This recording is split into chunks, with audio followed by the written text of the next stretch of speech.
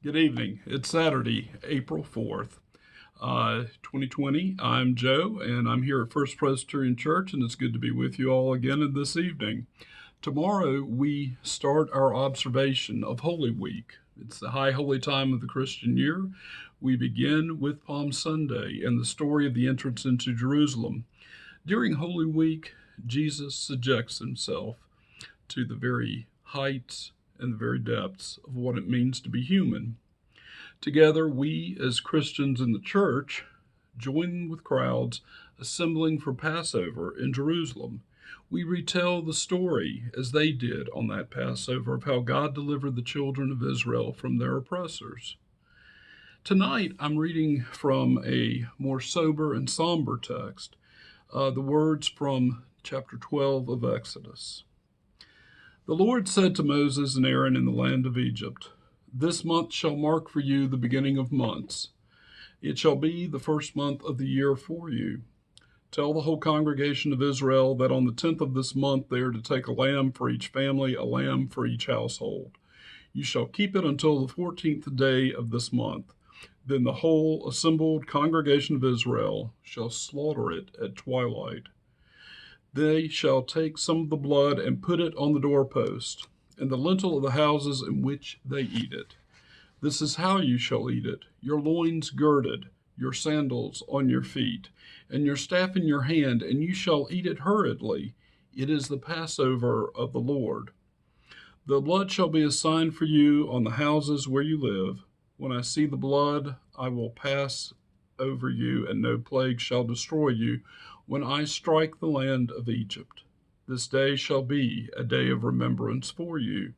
You shall celebrate it as a festival of the Lord. Throughout your generations, you shall observe it as a perpetual ordinance." This is the word of the Lord. Thanks be to God. Out of the devastation of a plague-ridden Egypt, we hear the story of how God delivers the children of Jacob, the nation of Israel. God gives them hope, a future, a new identity. He gives them the opportunity to build a nation and dwell in peace if they will follow. As the church, we can see the parallel in our own experience of Holy Week. We see the story of Jesus entering Jerusalem and how God establishes a covenant not only with Israel, a new covenant, but a new covenant with all the nations of the earth. Through this, the descendant of Sarah and Abraham, David, king of Israel's own descendant. We see Jesus making a sacrifice in his approach to the cross and in his death and resurrection. Tomorrow, we begin to tell the story again. I hope you will join us at 11 a.m. for worship on our Facebook page, which is listed as First Presbyterian Church in Smithfield. Thankfully, I've overcome some technological hurdles and will begin to upload these on the YouTube channel. Our young Christians will have a lesson through Weekirk and Pre-Kirk with Miss Jennifer at 10 a.m. As I close my reflection this evening with you, I have two gifts that I came across that were shared with me by friends. And the first is a poem from a friend of mine who is a chaplain, Lori, up in New England. She's working in the Yale University healthcare system, and where things are rather dire and grim at the moment. But this, as the poem is entitled, is something lovely. And people stayed home and read books and listened and rested and exercised and made art and played and learned new ways of being and were still and listened more deeply.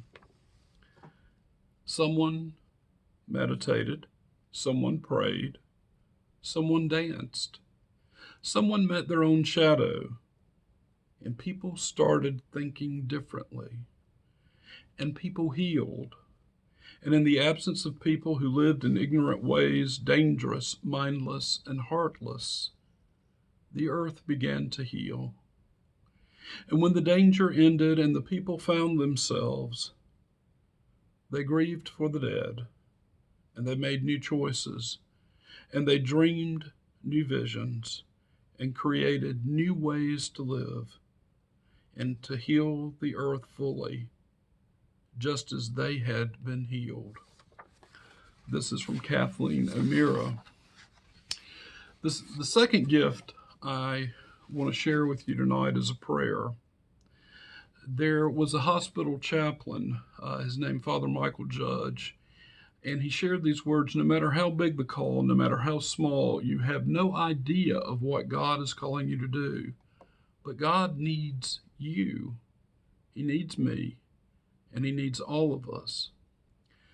Tonight, I ask you to remember our chaplains in healthcare and in hospital wards.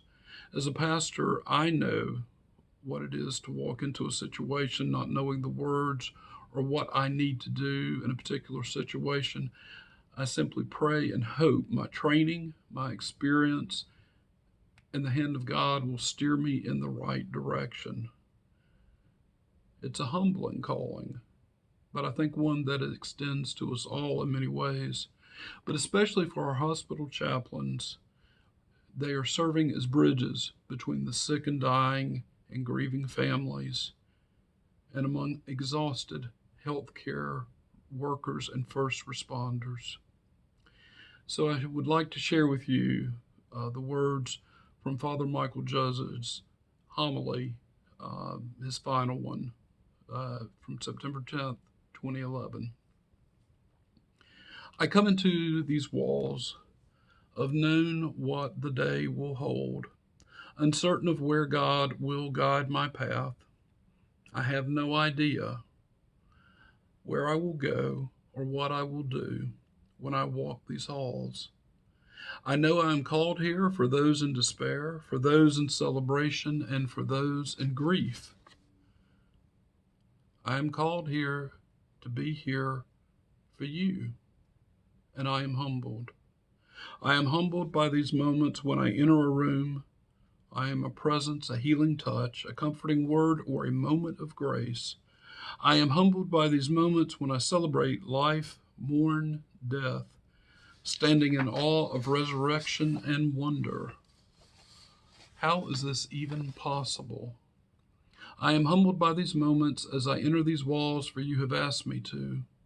I come to you this day and I ask for your healing touch, your comforting words, and your moments of grace to reassure me, hold me, and provide whatever I need, so I may be that presence for you.